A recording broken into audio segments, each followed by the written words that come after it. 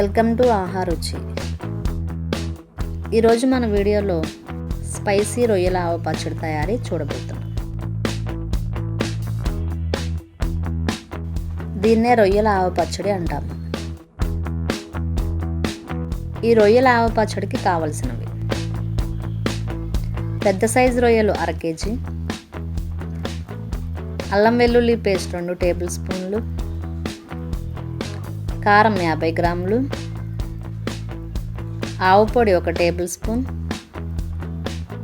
పసుపు 1 table spoon, ధనియాల పొడి 2 టేబుల్ స్పూన్లు,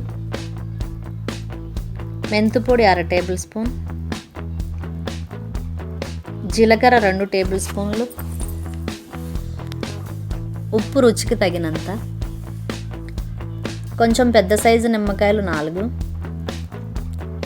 పల్లి నూనె లేదా నువ్వుల నూనె 200 గ్రాములు. ముందుగా రొయ్యల్ని శుభ్రం చేసుకోవాలి. ఇలా చేసిన వాటినే కొంతమంది రొయ్య పప్పు అని కూడా అంటారు. స్టవ్ మీద బాండి పెట్టి ఫ్రై చేయడానికి సరిపడా కొంచెం ఆయిల్ వేసి వేడెక్కించాలి. వేడెక్కిన ఈ ఆయిల్లో అల్లం వెల్లుల్లి పేస్ట్ వేయాలి. పచ్చివాసన పోయే వరకు ఈ పేస్ట్ను వేయించాలి.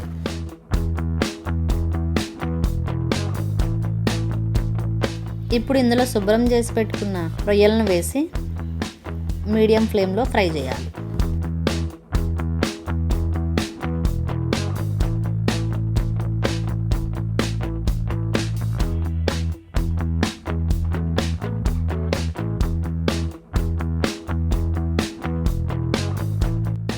రొయ్యలలో ఉండే నీరు ఎగిరేంత వరకు ఫ్రై చేయాలి.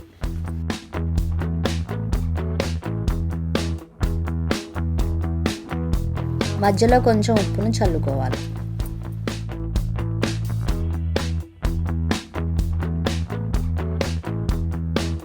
ఇలా రొయ్యల్లో ఉండే నీరు పోయి కొంచెం క్రిస్పీగా అవ్వగానే వీటిని స్టవ్ మీద నుంచి దించేసి చల్లారనివ్వాలి. ఫ్రై చేసిన రొయ్యలు పూర్తిగా చల్లారకుండా కలిపితే పచ్చడి బ్లాక్ కలర్లో వస్తుంది.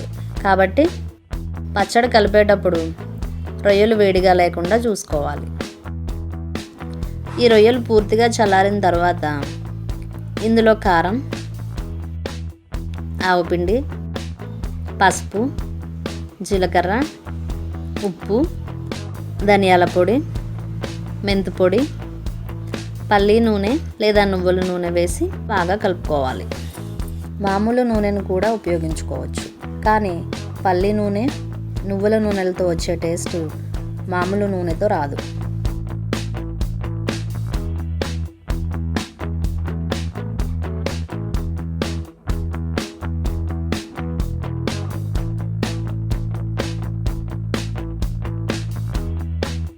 ఇలా కలుపుకున్న మిశ్రమంలో నిమ్మరసం కూడా వేసి అన్ని సమపాలలో కలిసేలా కలుపుకోవాలి.